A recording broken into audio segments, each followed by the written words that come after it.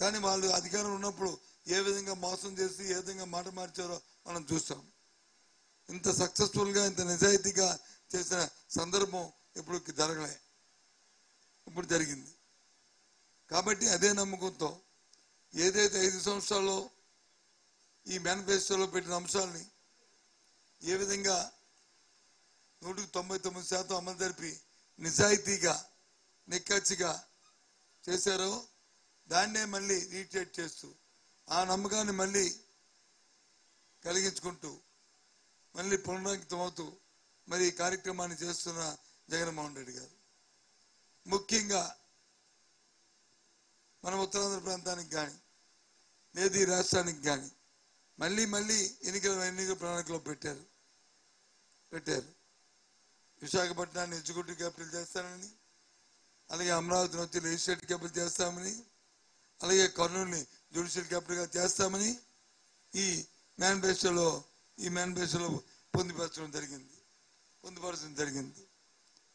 ఈ రాష్ట్ర సమగ్ర అభివృద్ధి కోసమే, ఈ రాష్ట్రం సమగ్ర అభివృద్ధి కోసం ఈ రాష్ట్రంలో ఉన్న అన్ని ప్రాంతాలు సమానంగా అభివృద్ధి చెందాలని ఆలోచనతోనే మళ్ళీ ఈ కార్యక్రమాన్ని చేశారు.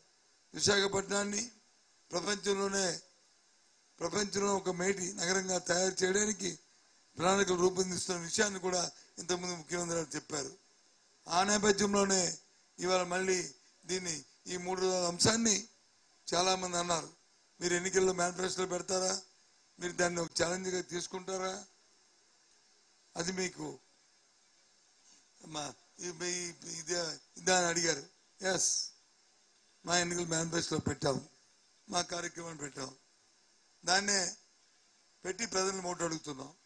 ఈ విశాఖపట్నం మహానగరాన్ని ప్రపంచ స్థాయిలో తీసుకెళ్తాం, ఒక అవకాశం అని అడుగుతున్న నేపథ్యం. దీన్నే రెఫరెండంగా తీసుకుంటున్నాం. ఈ ఎన్నికల మేనిఫెస్టోనే రెఫరెండంగా తీసుకుంటున్నాం. దీని ముందే మేము ముందుకు వచ్చాం.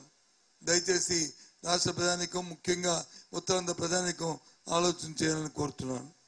ఇదే కాకుండా పట్టణ ప్రాంతాల్లో నివసిస్తున్న ఎవరైతే ఉన్నారో మరి వారి కోసం ఏదైతే గృహ నిర్మాణాలు జగనన్న కాలనీ కార్యక్రమాన్ని కొనసాగుతూ పట్టణ ప్రాంతాల్లో కూడా మరి అర్బన్ లేఅవుట్స్ డెవలప్ చేయాలని, ఎక్కడ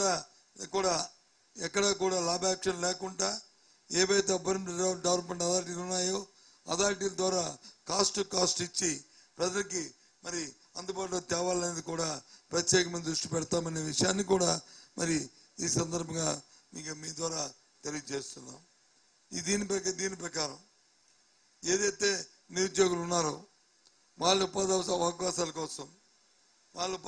కోసం ఏదైతే రాష్ట్రంలో ఇప్పటికే తలపెట్టిన 4 పోర్టులు ఉన్నాయో, 3 వచ్చి ప్రభుత్వ రంగ సంస్థలో ప్రభుత్వం తరఫున కడుతున్నవి, 1 వచ్చి ప్రైవేట్లో కడుతున్నవి, వాటితో పాటు జట్టీలు, ఇవన్నిటిని కూడా త్వరితగతిగా తీసుకొచ్చి మరి ఎక్స్పోర్ట్ ఇంపోర్ట్ కాకుండా ఎంప్లాయ్మెంట్ జనరేషన్ కూడా చేయడానికి, దాంతోపాటు విశాఖ నగరాన్ని ఎగ్జిక్యూటివ్ క్యాపిటల్లో అక్కడ కూడా మరి వివిధ రకాలైన ఐటీకి సంబంధించిన ఐటీ హబ్బుల్ని ఇక్కడ ఏర్పాటు చేసి, డేటా సెంటర్లు ఏర్పాటు చేసి ఉద్యోగ అవకాశాలు కల్పించడం అనేది చేస్తామనే విషయాన్ని కూడా తెలియజేస్తున్నాం.